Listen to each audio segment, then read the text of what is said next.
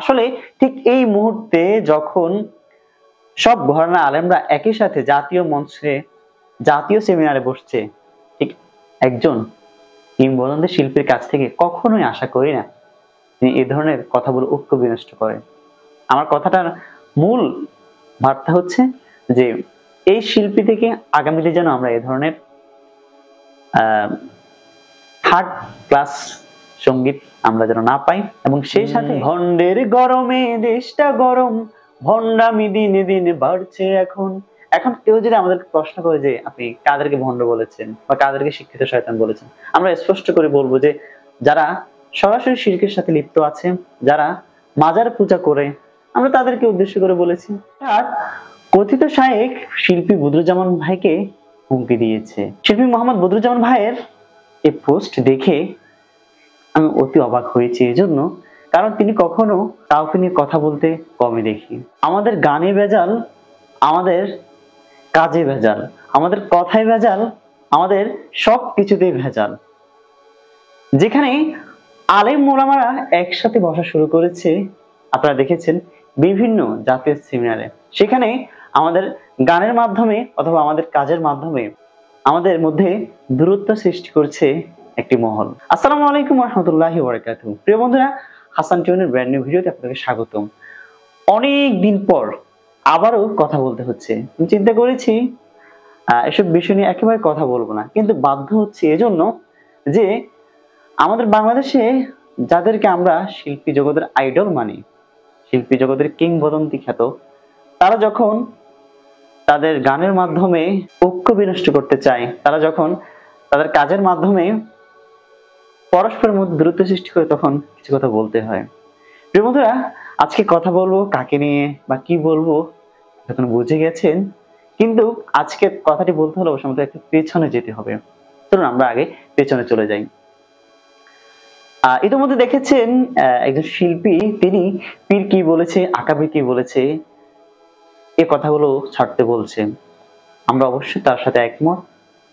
পীর আকাবির যদি ভুল কথা বলে, অবশ্যই আমরা সে কথাগুলো মানবো না। শিল্পী এই কথাটা বলেছেন, তারপরে তিনি বলেছেন যে কোরআন সুন্নাহ ধরো, কোরআন সুন্নাহ অনুযায়ী চলার জন্য আদেশ দিয়েছেন। আমি তার কথাটি শুনে যেটি বুঝলাম সেটি হচ্ছে, তাদের শুরুর সময় তারা কি কোরআন সুন্নাহ মানতো না? আপনারা একটু স্ক্রিন লক্ষ্য করলে দেখতে পারবেন, তারা যখন শুরুর সময়ে সঙ্গীত পরিবেশন করত তাদের কি অবস্থা। তখন কি তারা কোরআন সুন্নাহ অনুসরণ করতো না? আর যদি করেই থাকতো তাহলে তাদের এই অবস্থা কেন? যখন এই শিল্পীর মাধ্যমে বিতর্ক সৃষ্টি হচ্ছে, ঠিক তখনই অপর প্রান্তে কথিত এক শায়েখ তিনি হুমকি দিচ্ছেন আরেক শিল্পীকে। হ্যাঁ, বলছি শিল্পী মোহাম্মদ বদরুজ্জামান ভাইয়ের কথা। মোহাম্মদ বদরুজ্জামান ভাইকে কথিত শায়েখ বা আপনারা তাকে চেনেন, সে শায়েখ বড় একটি হুমকি দিয়েছে। এই হুমকির মধ্যে তিনি যে কথাটা উল্লেখ করেছেন আসলে খুবই মারাত্মক একটা বিষয়। তিনি একজন শায়েখ, তিনি একজন মুফতি, এবং বর্তমানে তিনি একটি দলের আমিরও বা মহাসচিবও।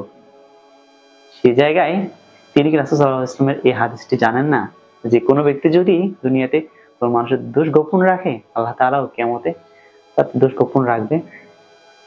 এই যে শায়েখ হুমকি দিল বা যাই বললো যে তিনি সব প্রকাশ করে দিবে, তিনি কি হাদিসটি কখনো পড়েনি?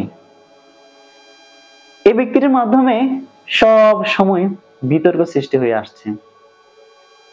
আর একে যারা সমর্থন করে তারা কি পরিমাণ গালাগালি করে এবং ঐক্য বিনষ্ট করে সেটি জামান ভাই অনেকটা তুলে ধরেছেন তার কমেন্ট বক্সে। আসলে হঠাৎ করে কেন আজকে কথাগুলো আপনাদের সাথে শেয়ার করলাম, এর কারণ হলো আপনারা ইতিপূর্বে দেখেছেন ওই যে শুরুতে যে শিল্পীর কথা বলেছিলাম, এই শিল্পী খোঁচা দিয়ে দিয়ে ইসলামী সঙ্গীত গায়, খোঁচা দিয়ে দিয়ে ইসলামী সঙ্গীত রিলিজ করে।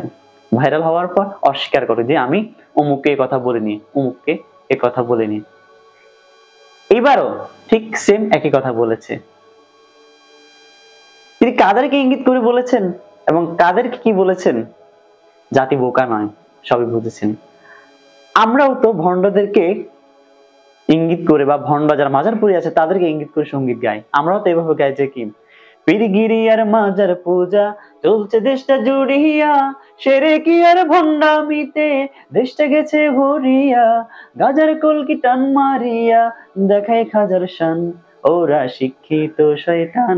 অথবা আমরা আরো গেয়েছি যে ভণ্ডের গরমে দেশটা গরম, ভণ্ডামি দিনে দিনে বাড়ছে এখন। এখন কেউ যদি আমাদেরকে প্রশ্ন করে যে আপনি কাদেরকে ভণ্ড বলেছেন বা কাদেরকে শিক্ষিত শয়তান বলেছেন, আমরা স্পষ্ট করে বলবো যে যারা সরাসরি শিরকের সাথে লিপ্ত আছে, যারা মাজার পূজা করে, আমরা তাদেরকে উদ্দেশ্য করে বলেছি।